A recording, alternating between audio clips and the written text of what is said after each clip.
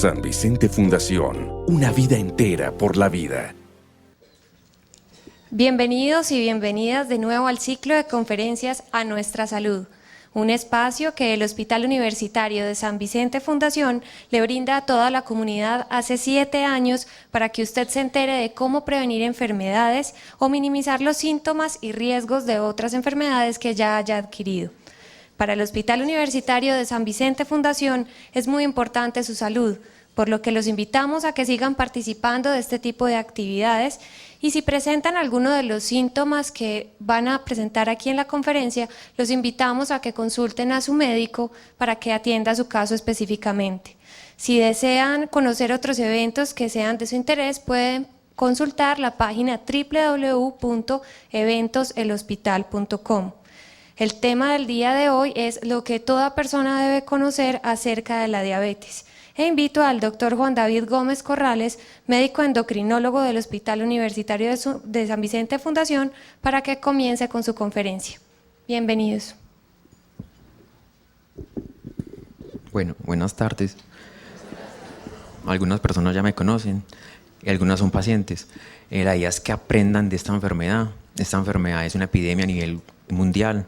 Está aumentando, va a aumentar, porque está estrechamente relacionada con el sedentarismo y con la obesidad. Esta enfermedad, entre más la conozca un ser humano, más la logra controlar. Entonces, vamos a empezar por lo básico. Yo siempre trato de hablar en palabras sencillas para que todas las personas entiendan. Si se acuerdan las charlas que yo he hecho ya, de una de colesterol, de una de obesidad, y siempre les cuento la misma carreta, que son los asesinos silenciosos, que son varios. Hoy vamos a hablar de uno de esos asesinos silenciosos, que se llama la diabetes mellitus. Hablamos la vez pasada de obesidad, hablamos la otra vez también de colesterol alto, queda pendiente las otras asesinos silenciosos, que son la hipertensión, que es la presión alta, el tabaquismo, que es una enfermedad, persona que fume, que ustedes vean, es una persona enferma, no la vean como una persona que sea sana, no, una persona que fuma es una persona enferma y hay que ayudarle. Y los pacientes que son sedentarios, el que no hace ejercicio también se considera una persona que no es sana. Entonces hoy específicamente vamos a hablar de lo que es la diabetes mellitus. Entonces miren, esto es un mapa mundi, van a ver acá todos los continentes que ustedes están viendo mucho con las olimpiadas, van a ver que la columna verde, ese era el número de millones de personas diabéticas que había en el 2000, en el año 2000. Y la columna morada es lo que se espera que haya en millones de personas en el 2030. Entonces miren cómo se va a aumentar mucho. Acá en Sudamérica se va a dar un incremento en un 148%. Eso es demasiado. Entonces, todos tenemos que aprender a conocer esta enfermedad, diagnosticarla temprano y sobre todo porque todas las personas tenemos algún familiar, algún conocido que tiene este problema de salud pública. Esto está estrechamente relacionado con el estilo de vida. Miremos que cada vez hay más niños que no crecen jugando en el parque, ni jugando chucha, ni jugando escondidijos, sino que solamente juegan videojuegos y no hacen nada de actividad física. También que solamente comen cosas que se llaman comida chatarra y dulces. Y la gente que no tiene el hábito de hacer ejercicio. Es muy triste cuando llega a consulta un niño obeso, lo trae el papá, lo trae la mamá y lo regañan que porque come mal, que porque no hace ejercicio, porque es gordo. Y uno ve al papá y la mamá y también son gordos. Y le dicen al niño que coma bien y que haga ejercicio. El pobre niño, los niños no aprenden por la boca. El niño aprende es por los ojos, el niño hace lo que ellos ven. Entonces, para explicar por qué esta epidemia de obesidad y de diabetes, y que todo el mundo dice, doctor, es que mi abuelo, mi papá vivieron hasta los 100 años y no se morían de nada, no, sino se morían aliviados, como dice la gente, que uno les preguntaba, no se murió de viejito, y uno se ponía a ver, y hay muchas personas que no llegan ya ni a los 90, ni a los 100 años por un montón de complicaciones. Una de las razones fue el cambio, más o menos en el 40 y en el 50, específicamente en Colombia, de la vida rural a la vida urbana. Los campesinos queman muchas calorías. Un campesino puede comer mucho, puede desayunar mucho, puede almorzar mucho, puede comer mucho en la noche, puede comerse una bandeja paisa diaria, puede comerse un sancocho diario, pero es porque ellos queman demasiado calorías, tanto hombres como mujeres. Y cuando usted ve campesinos y uno los ve en el hospital, ellos son flacos. Y usted les pregunta y comen demasiado y son flacos y fuertes, con mucha masa muscular y con mucho porcentaje de grasa corporal. Es por la actividad física, porque el trabajo de ellos es, no tienen carro, les toca caminar. Muy poquitos tienen caballos, muchos no tienen la parte económica para conseguir ni siquiera caballos, tienen que trabajar la tierra para conseguir el alimento. Y eso quema muchas calorías. En cambio, en la parte urbana, en las ciudades, se ve cada vez personas, mucha gente tiene carro, entonces ya simplemente para ir a mercar tienen que todo en carro. Por ejemplo, miren esta foto, este señor llevando el perro a pasear, manejando. Y eso se ve, las personas ya no caminan ni siquiera 2 cuadras, y eso con el tiempo aumenta de peso. Las personas adictas al televisor, llegan de trabajar a las 4 o 5 de la tarde y se meten a ver televisión y acostados, y comen y se acuestan. Uno no va a hacer eso, uno si come, haga ejercicio, camine. ¿Ustedes se acuerdan en los japoneses esos sumos que son todos gordos?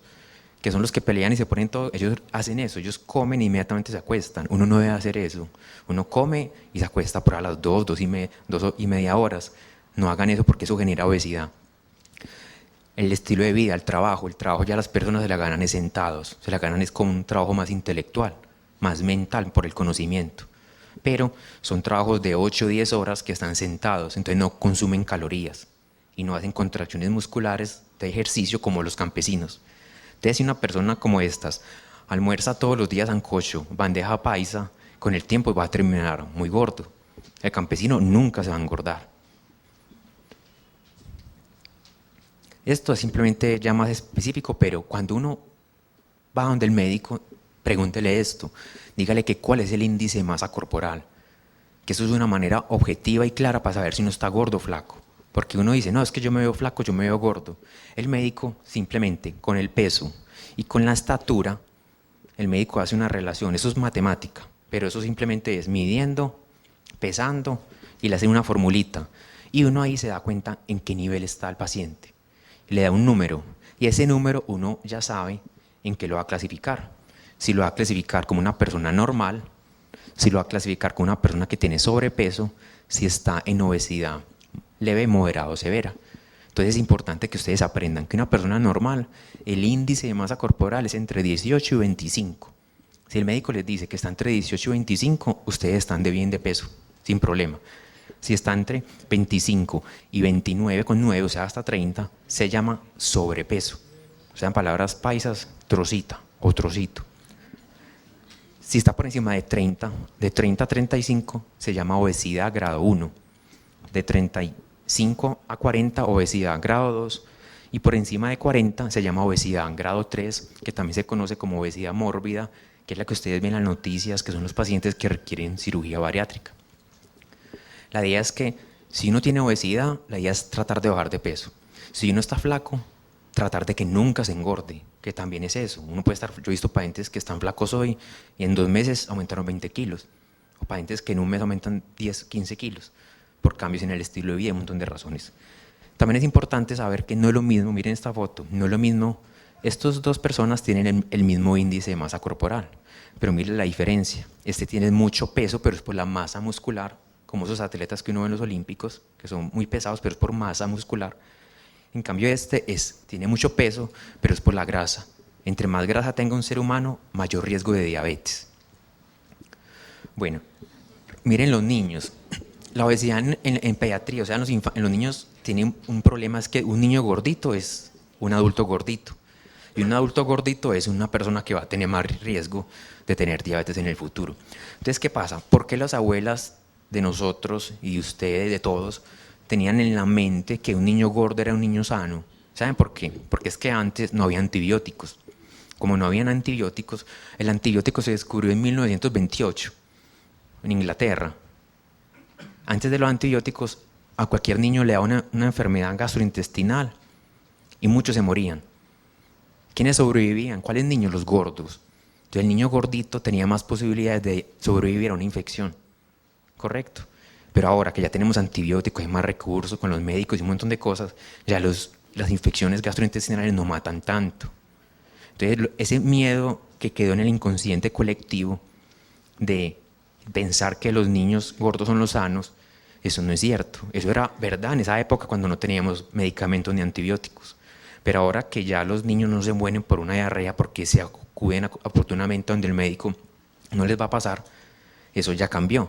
Entonces, eso hay que entender a las abuelas y los abuelos. Ellos, mire que todavía acá hay gente que piensa que un niño gordito es el aliviado. No, el niño gordito no es más, tiene mayor riesgo de hacer diabetes en el futuro. Entonces, para que esa es la explicación. Vean, siempre que tengan un paciente obeso, y ahorita que lleguen a la casa, si miran ustedes, no me miren acá, van a llegar y toda persona que tenga obesidad, miren el cuello y miren esto. Esto es la parte de atrás del cuello. Acá, la gente siempre cree que es mugre, pero eso no es mugre. Eso se llama acantosis nigricans. Y eso sale en el cuello, sale en las axilas, sale debajo de los senos y sale en la región inguinal, en los muslos. Y eso quiere decir, en palabras paisas, principios de diabetes. ¿Por qué? Porque eso quiere decir que tiene obesidad y que está produciendo muchas hormonas que con el tiempo pueden desarrollar una diabetes. Entonces siempre miren esto, y eso uno ve pacientes que llegan con sangre porque creen que es mugre y con papel de hígado lo están quitando. Uno ve eso se ríen, pero eso uno lo ve mucho. Los pacientes con esto bajan 10, 15 kilos o todo lo que tengan de exceso y se les quita. O sea, eso es reversible, eso se les quita si bajan de peso. Si no bajan de peso, no se les quita. Miren acá también, esto es detrás del cuello, o sea, lo que llama la gente la nuca. Y esto es la ropa interior y este es el muslo, que también se llenan. Hay personas que desde acá hasta acá son con eso todo negro y oscuro. Bueno, ahora sí vamos a hablar, después de esta pequeña introducción, vamos a hablar de diabetes. La diabetes ha existido hace muchos años. ¿Por qué? Porque la diabetes hay varios tipos. La diabetes significa, la palabra diabetes significa sifón. Y sifón es por donde sale el agua. Entonces, ¿qué pasa? Hace más de 2000 años, hasta desde los médicos griegos se dieron cuenta que habían pacientes que empezaban a orinar y a orinar y a orinar. Entonces decían, hay un problema en estas personas que están botando todos los alimentos por la orina. Ellos no sabían en ese momento cuál era la razón. Creían que era un problema en el riñón. Le pusieron la palabra diabetes, que significaba sifón. Pero hubo un médico que se puso a estudiar y se dio cuenta que esa orina era con grumitos. Y ese médico le dio por probarla y se dio cuenta que era dulce, que sabía a miel. Entonces la palabra mellitus viene de miel.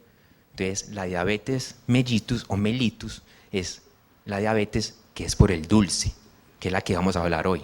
¿Por qué? Porque hay otra diabetes que se llama diabetes insípida, que es una enfermedad más rara, muy poco frecuente, que probablemente usted no conozca ningún paciente que tenga diabetes insípida, que son personas que orinan 3, 5 litros en un día de orina o hasta 10 litros y por la noche tienen que estar orinando prácticamente 8 o 10 veces en la noche.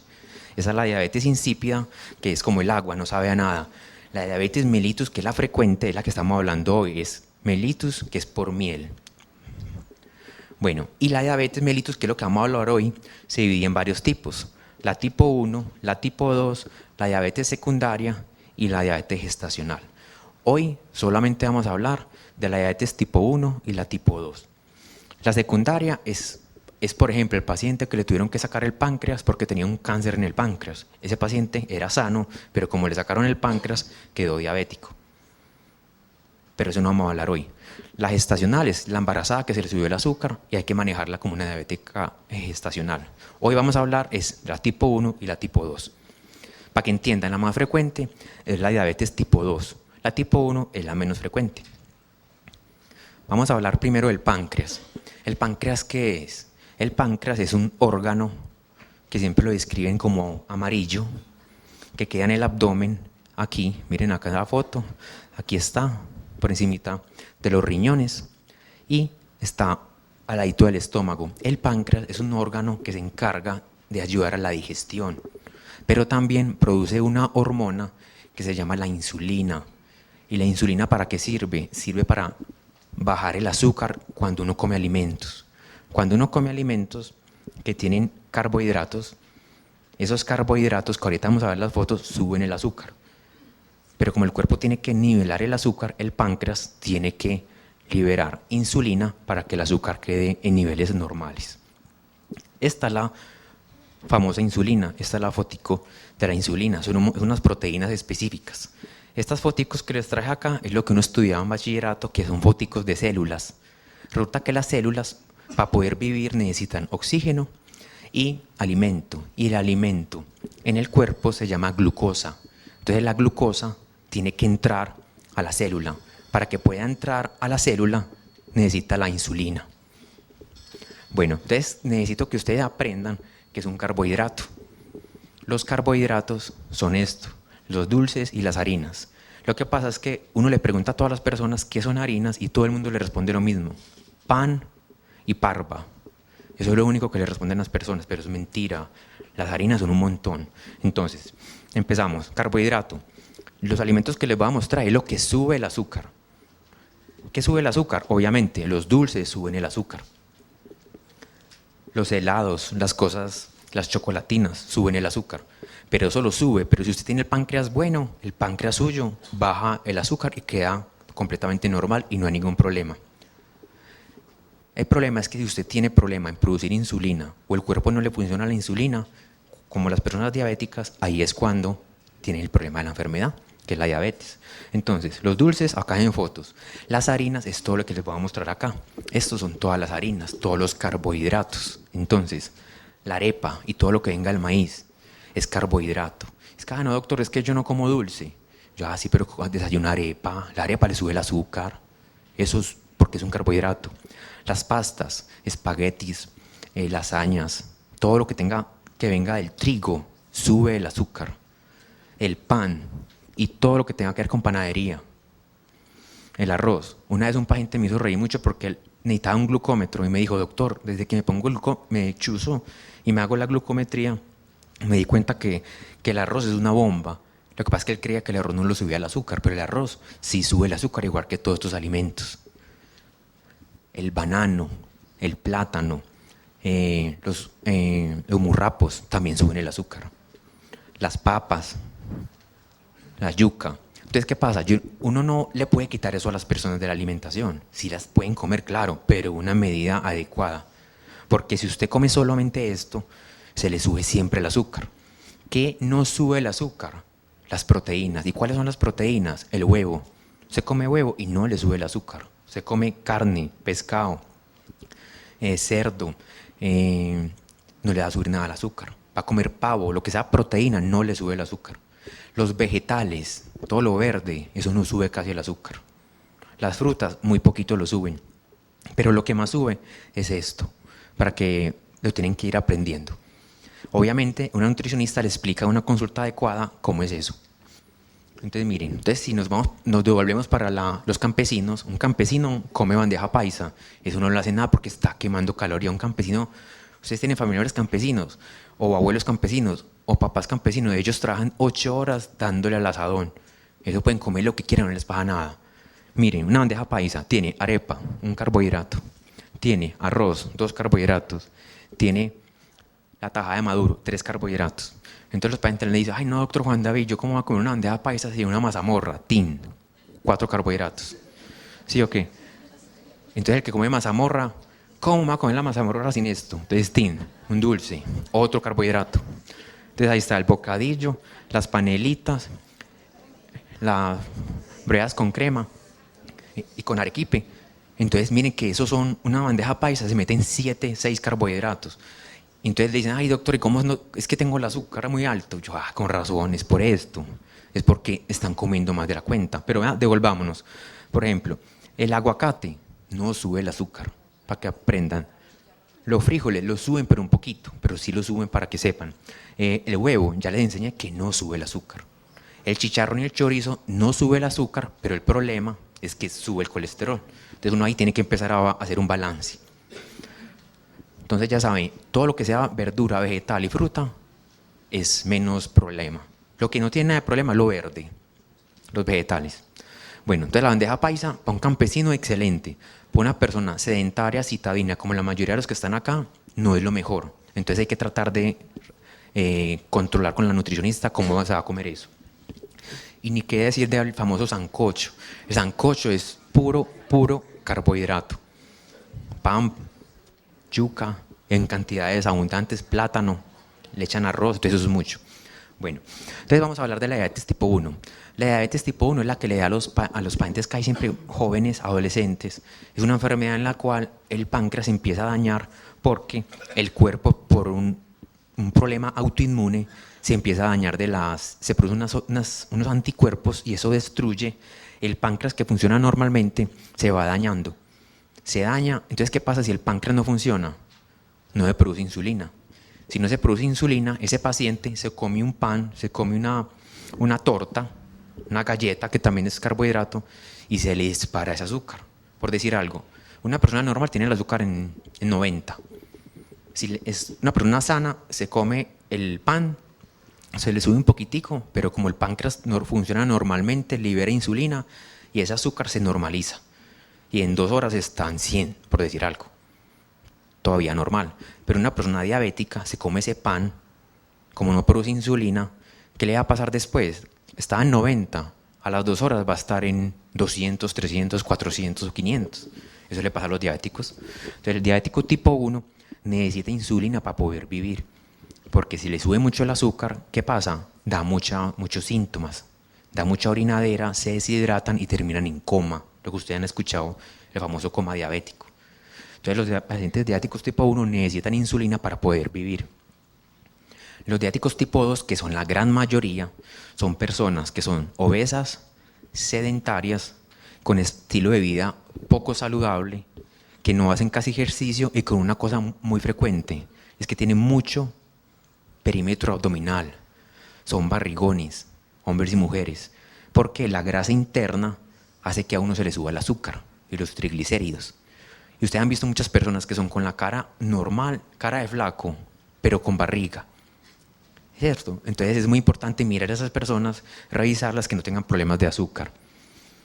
Pero es que es muy importante el perímetro abdominal. Ahorita que lleguen en la casa se van a medir la barriga. Usted llega una línea imaginaria, acá está, entre la última costilla y acá en este huesito. Entre este huesito de acá y acá esta costilla, por acá pasa el metro. Lo normal es que los hombres tengan menos de 90 centímetros.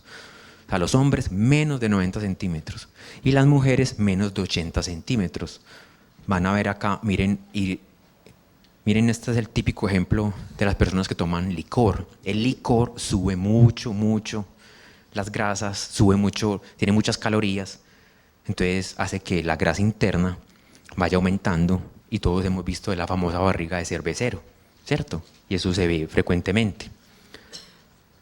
Otra cosa, después de los 25-30 años las personas empiezan a gastar cada vez menos energía. Entonces después de los 25-30 años uno tiende a engordarse. Por eso miren que una persona de 15 años o de 20 come mucho, toma licor y son flacos. Pero después de los 25-30 años, si no bajan la cantidad de alimento, si no dejan de tomar licor y hacen ejercicio, con el tiempo todos se van engordando. Bueno, ¿cuáles son los síntomas de la diabetes? Primero, pacientes que se sientan con cansancio permanente, cansancio sin ninguna explicación, que tengan heridas en la piel que se demoren para sanar, que uno sabe, yo me demoraba tanto y ahora últimamente me estoy demorando más de la cuenta para sanar las heridas, que empiecen a perder mucho peso. ¿Por qué? Porque como el azúcar está tan alto, en 500, en 600, en 700, yo he visto pacientes que llegan hasta 1600 del azúcar, bajan de peso porque se deshidratan, se mantienen orinando. Sí, se mantienen con una cosa que se llama poliuria, o sea, se mantienen frecuentemente en el baño y ni por la noche se despiertan 5 o 6 veces a orinar. Que se mantengan con hambre, a toda hora comiendo. Que tengan problemas sexuales, tanto hombres como mujeres. Que tengan visión borrosa. El azúcar muy alto produce visión borrosa. En las mujeres, que tengan muchas infecciones vaginales. Cuando hay muchas infecciones recurrentes de la vagina, hay que mirar que no haya problema de azúcar alto. Que sientan en los pies un entumecimiento o adormecimiento. Que le dicen a los pacientes a uno que siente como un hormigueo. A esos pacientes hay que hacerle chequeo de azúcar en la sangre. Y pacientes que se mantengan con sed. Son pegados de la canilla tomando tomando agua. ¿Por qué? Porque como tienen tanto el azúcar alto, se mantienen orinando, entonces están deshidratados y el paciente tiene que estar orinando frecuentemente. Yo quiero que entiendan esto. Doctor, le preguntan a uno, ¿cuál es el valor normal del azúcar? Entonces entiendan esto. Lo normal es en ayunas. Una persona en ayunas, y ayunas se define como 8 horas sin comer absolutamente nada. O sea, usted se acostó y al otro día le hicieron el examen y mínimo pasaron 8 horas sin comer absolutamente nada. Lo normal es que el valor del azúcar sea menor de 100. Eso es lo normal. Cuando uno dice que la persona tiene diabetes, es cuando en ayunas es por encima de 126. Entonces, por encima de 126 se llama diabetes. Por debajo de 100 es una persona normal. ¿Y qué pasa entre 100 y 126? Es prediabetes, o sea, principios de diabetes. Son personas que no son diabéticas, pero son personas que si no cambian el estilo de vida, o sea, no hacen ejercicio, no se cuidan la alimentación, van a terminar en 5 o 10 años con diabetes. Cuando uno está acá, se puede devolver.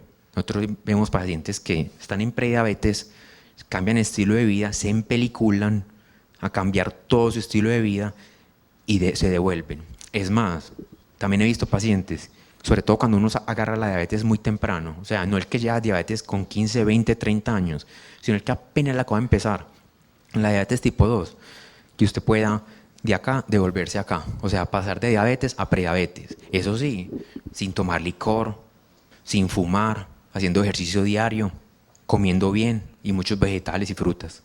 Bueno, eso es lo primero. Entonces ya entendieron en ayunas. Lo normal, menor de 100, por encima de 126, es diabetes. Y lo otro es la famosa carga de glucosa, que antes se llamaba como la curva. Ustedes de pronto escucharon una vez, no es que mandaba una curva. ¿Qué se hace? Simplemente es una persona normal, cuando le hacen una curva de glucosa, o sea, le hacen un examen en ayunas, le dan un vasito dulce y a las 2 horas lo vuelven a sangrar. Lo normal es que a las 2 horas tenga menos de 140. Eso es lo normal, porque el páncreas libera insulina y no deja subir tanto el azúcar. Una persona diabética, cuando usted le da el dulce, a las 2 horas no es capaz de bajarla a menos de 140. Entonces le queda por encima de 200.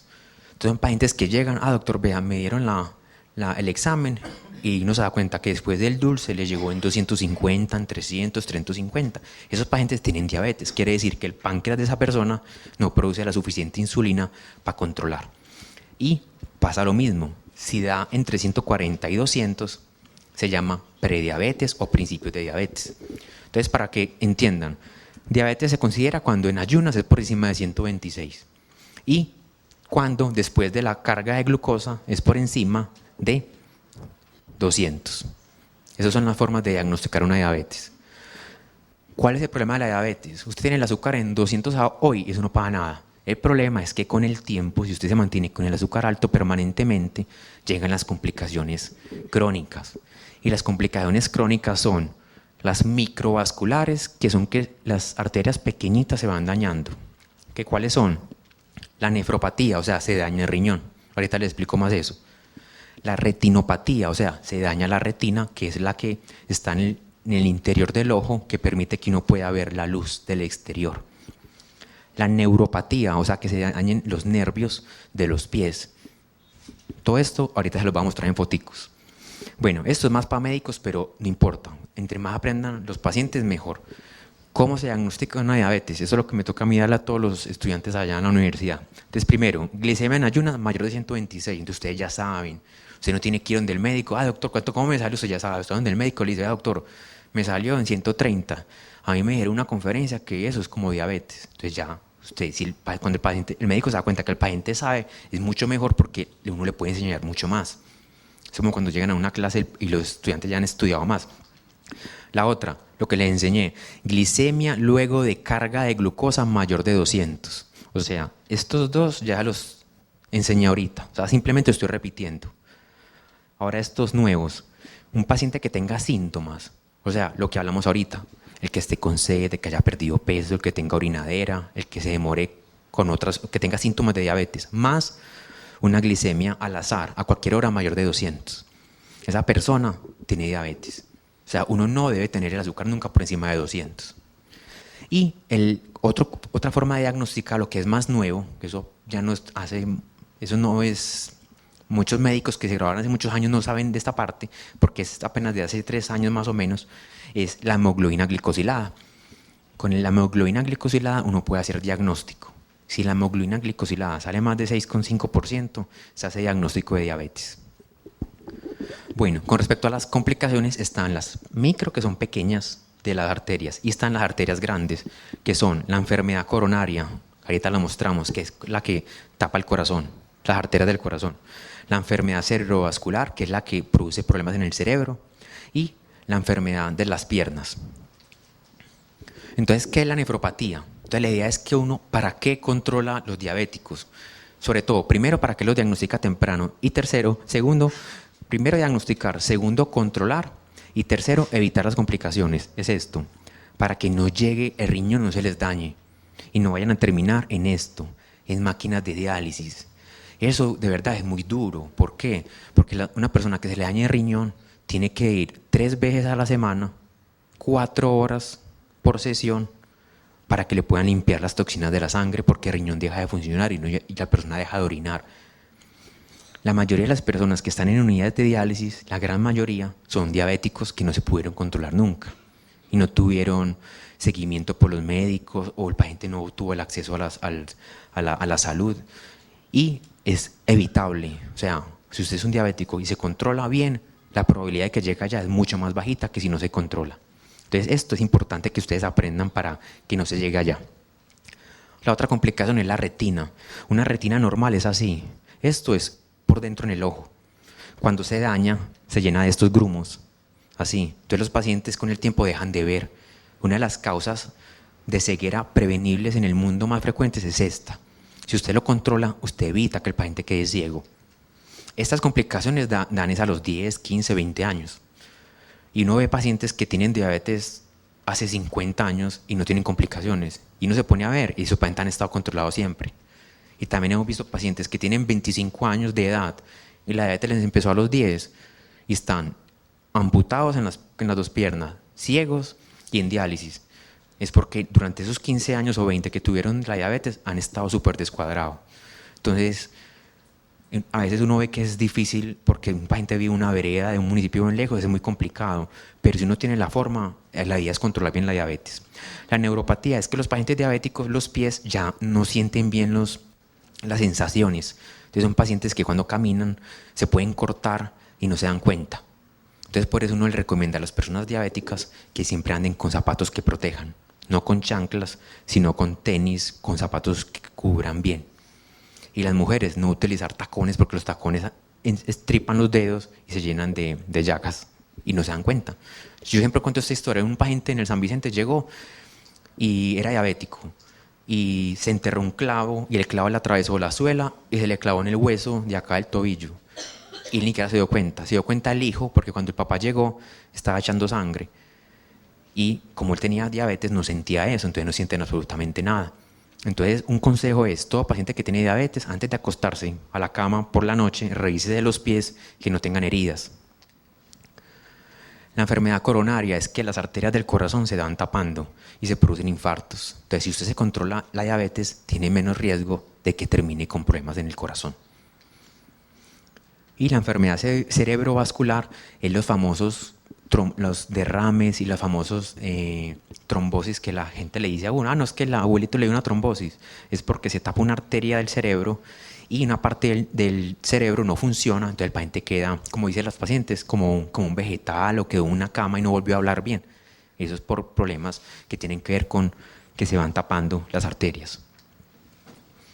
Y esta enfermedad, que es la enfermedad arterial oclusiva crónica, es que se tapan las arterias de las venas, de las arterias con el tiempo, y no llega la sangre suficiente, porque miren que acá pasa la sangre muy bien como un tubo, como un tubo que pasa el agua sin problema. Pero esta es como si tuviera mucha grasa y no deja pasar la sangre adecuadamente y terminan amputados.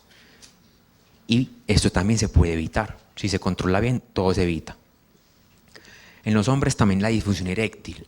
Pacientes que no se controlan la diabetes, antes de que empiecen las complicaciones en los ojos, en los riñones, lo primero que empieza es una disfunción eréctil. porque las arterias del pene dejan de funcionar adecuadamente, entonces las erecciones pierden potencia. Siempre que uno tiene un paciente diabético, tiene que tener claro estas metas. Primero, tener el azúcar controlado. ¿Y cómo se dan cuenta los médicos del azúcar controlado? Primero, las glucometrías. Hay unas personas que tienen glucómetro. La pregunta que se hace uno es, ¿todos necesitan glucómetro? Y la respuesta es no. No todos los diabéticos necesitan glucómetro. ¿Por qué? Porque si usted es un diabético que está controlado solo con pastillas, probablemente no necesita glucómetro. Pero si usted tiene insulina y se pone mucha insulina, ese paciente sí debe tener glucómetro. ¿Por qué? Tiene riesgo de hacer hipoglicemia. Y acá es muy importante, cuando uno controla el azúcar, lo controla con glucómetro, en algunas ocasiones, con la glicemia en la sangre o con la hemoglobina glicosilada. Yo quiero que ustedes aprendan qué es eso. La hemoglobina glicosilada se llama así HbA1c. ¿Eso es qué? Es un examen de sangre que le muestra a uno cómo estuvo el control del azúcar en los últimos 3 meses. Y le muestra el promedio. Si la hemoglobina glicosilada fue menor de 7, ganó el examen. Si fue por encima de 7, perdió el examen, así de sencillo. Entonces ustedes van a saber cuando vayan a consulta que el médico les manda este examen. Una persona que esté bien controlada debe hacerse por lo menos 2 hemoglobinas glicosiladas al año. O sea, usted está súper bien controlada y glicosilada, listo, una cada 6 meses. Pero si usted está mal, o sea, la glicosilada en 8, en 9, en 10, en 15, en 20, esa persona hay que estar haciendo glicosilada cada 3 meses hasta que se controle. La diabetes la deben de manejar cualquier médico, o sea, el médico en general, el internista o el endocrinólogo. Si el médico general le cumple las metas, que las sigue viendo el médico general. Pero si ustedes ya saben, si no cumple las metas, usted le dice, doctor, entonces mándeme del internista, porque si no cumple las metas, ayúdeme. Si el internista no logra meterlo en metas, que lo mande donde el endocrinólogo. ¿Sí me entiende? Lo que quiero decir es que no todos tienen que terminar donde el endocrinólogo, pero si no está cumpliendo metas, sí deben de ir. Entonces, ¿cuáles son las metas? Primero, hemoglobina glicosilada menor de 7, que se debe hacer cada 3 meses si el paciente está descuadrado. Si está bien, cada 6 meses. La presión arterial debe ser menor de 130/80. Es diferente para las otras enfermedades. Un hipertenso común y corriente debe de ser menor de 140/90, pero un diabético, como hay que cuidarle el riñón, tiene que ser menor de 130/80 para que no se le deteriore la función del riñón. El colesterol malo, y el colesterol malo se llama el LDL. Entonces usted le pregunta al médico, doctor, venga, dígame cómo me sale el colesterol, pero el malo. No me importa el bueno, no me importa el total, me importa es el malo. El malo debe estar menor de 100. Entonces, estas son las 3 cosas. La glicosilada menor de 7, presión arterial menor de 130/80 y colesterol LDL menor de 100. Son las 3 cosas que tenemos con exámenes. Las otras es no fumar. Usted no puede fumar, punto. ¿De qué se gana poniendo medicamentos y está fumando? Eso daña más el riñón, no puede fumar. Eso no se negocia. Realizar ejercicio. El paciente debe hacer ejercicio. Y para hacer ejercicio debe ser mínimo 150 minutos a la semana. Ahorita les explico cómo hacemos eso. Y no tomar licor. El licor es tóxico para el páncreas. Para el manejo es muy importante la educación, o sea, que aprendan de la enfermedad. Se meten a internet, vienen a conferencias, ven programas, le preguntan a las enfermeras, a los médicos. Hacer el automonitoreo, sobre todo los que están con insulina. Los que están con insulina hay que hacer chequeos de glucometrías. No el que se pone solamente una dosis por la noche ya de insulina, sino el que tiene que ponerse 3 chuzones una chuzón antes de cada comida. Hay personas que tienen que chuzar hasta 5 veces en el día. Esas personas siempre necesitan glucómetro. La alimentación, ya aprendieron pues los carbohidratos, cuáles son los que suben más el azúcar. El ejercicio es fundamental para el control y los medicamentos, que eso queda para los médicos. Cambio en el estilo de vida, hay que cambiar la alimentación, o sea, ya no va a comerme en el almuerzo arroz con una montaña grande, con un pan y con unas tajadas de maduro, no, me como una o 2 escojo. Hoy almorcé pan, al otro día almuerzo arroz, al otro día almuerzo arepa, pero no me voy a meter en un almuerzo 4 o 5 carbohidratos, sino en vez de quito eso y le meto más verde, le meto más ensalada. Listo. No tomar licor y no fumar.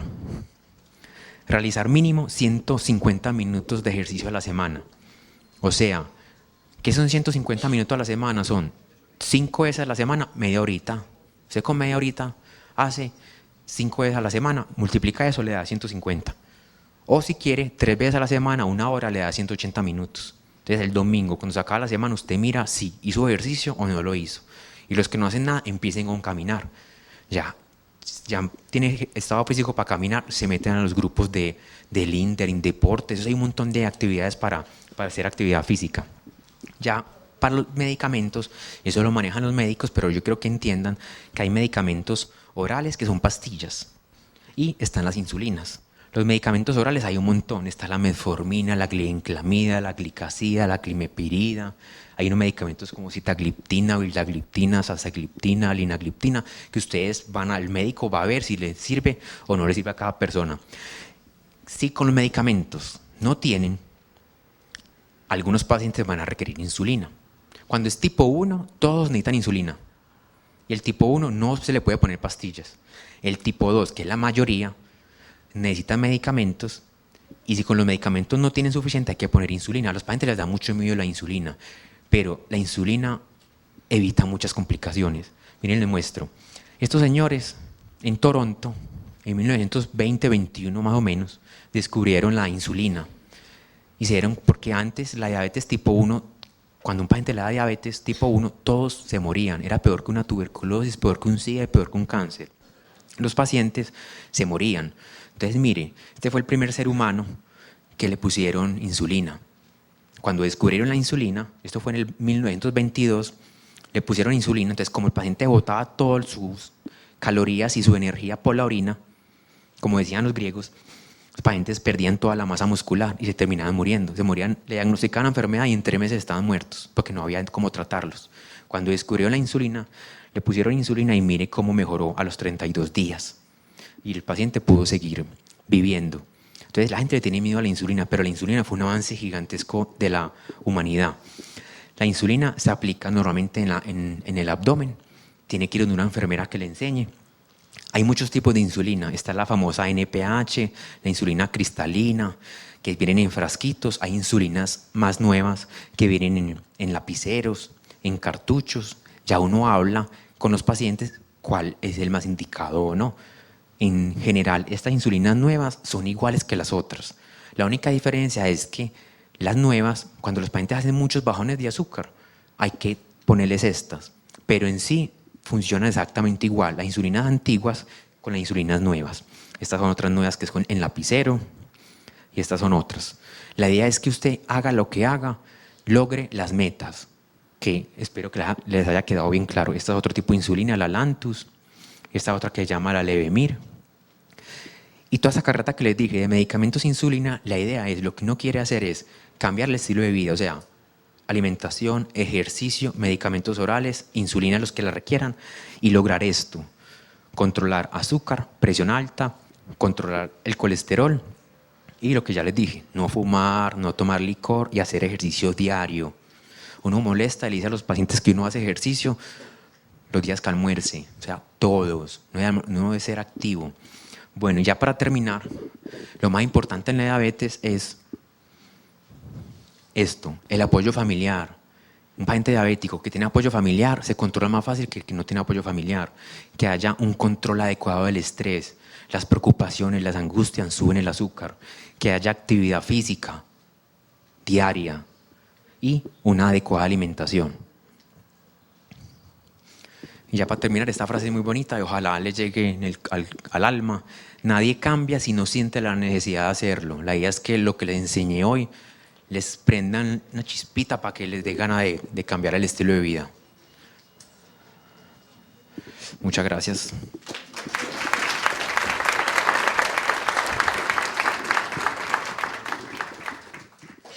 Muchas gracias por asistir a estos eventos de A Nuestra Salud y a todos los televidentes de Televida por estar con nosotros en estas jornadas. Los esperamos en la próxima.